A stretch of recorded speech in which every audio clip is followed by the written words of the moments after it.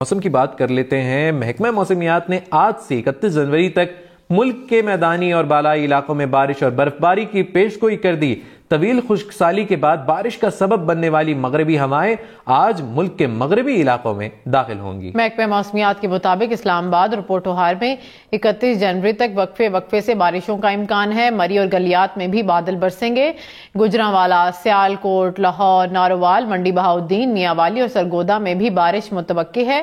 گلگت بلتستان سمیت کشمیر میں بارشوں کے ساتھ پہاڑوں پر برف باری ہوگی۔ چترال، سوات، وزیرستان اور کوہاٹ سمیت خیبر پختونخوا کے مختلف علاقوں میں بارشوں کا امکان ظاہر کیا گیا ہے۔ پہاڑوں پر برف باری بھی ہوگی۔ کوئٹہ، یوب، زیارت سمیت بلوچستان کے ساحلی علاقوں میں 28 اور 29 جنوری کو بارشوں کا امکان ہے۔ سندھ کے بیشتر علاقوں میں موسم سرد اور خشک رہنے کا امکان ہے۔ مختلف علاقوں میں دھند کا راج برقرار ہے۔ کئی مقامات پر موٹر ویز کو ٹریفک کے لیے بند کر دیا گیا۔ موٹر وے M2 ٹھوکر نیاز سے فاروق آباد اور کوٹ مومن سے راوی ٹول پلازا تک ٹریفک کے لیے بند ہے۔ M3 فیض پور سے درخانہ تک بند ہے۔ موٹر وے M4 کو شیرشاہ سے پنڈی بٹیاں تک بند کر دیا گیا ہے۔ موٹر وے M5 کو شیرشاہ سے اوچ شریف انٹرچینج تک بند کر دیا گیا ہے۔ لاہور سے سیالکوٹ موٹر وے بھی شدید دھند کے باعث ہر قسم کی ٹریفک کے لیے بند ہے۔ لودھرا کی تحصیل کہروڑ پکا میں بھی دھند نے ڈیرے ڈال لیے۔ دھند بڑھنے سے سردی کی شدت میں اضافہ ہو چکا ہے، جبکہ حد نگاہ کم ہونے سے ٹریفک کی روانی بھی متاثر ہو رہی ہے۔ مزید بتائیں گے نمائندہ ہم نیوز محمد رمضان بھٹی۔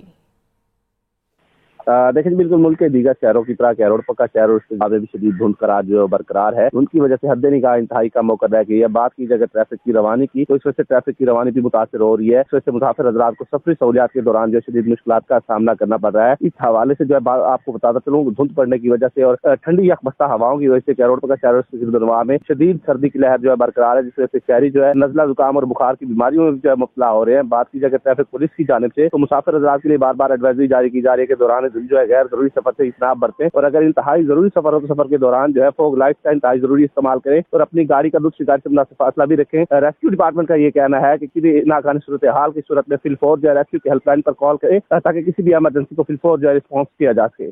جی گوجرانوالا میں سابق وفاقی وزیر مونس الہی کی عدلیہ کے خلاف بیان پر انکوائری شروع کر دی گئی ہے۔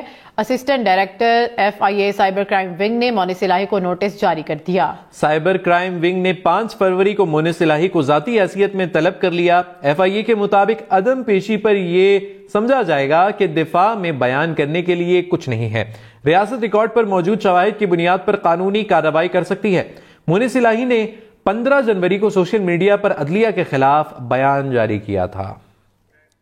فلسطین، جنوبی افریقہ، پاکستان اور ایران نے عالمی عدالت انصاف کے فیصلے کا خیر مقدم کیا ہے۔ تمام دنیا سے فیصلے پر عمل درآمد کا مطالبہ بھی کیا ہے۔ اقوام متحدہ سلامتی کونسل کا اجلاس بھی بدھ کو طلب کر لیا گیا ہے۔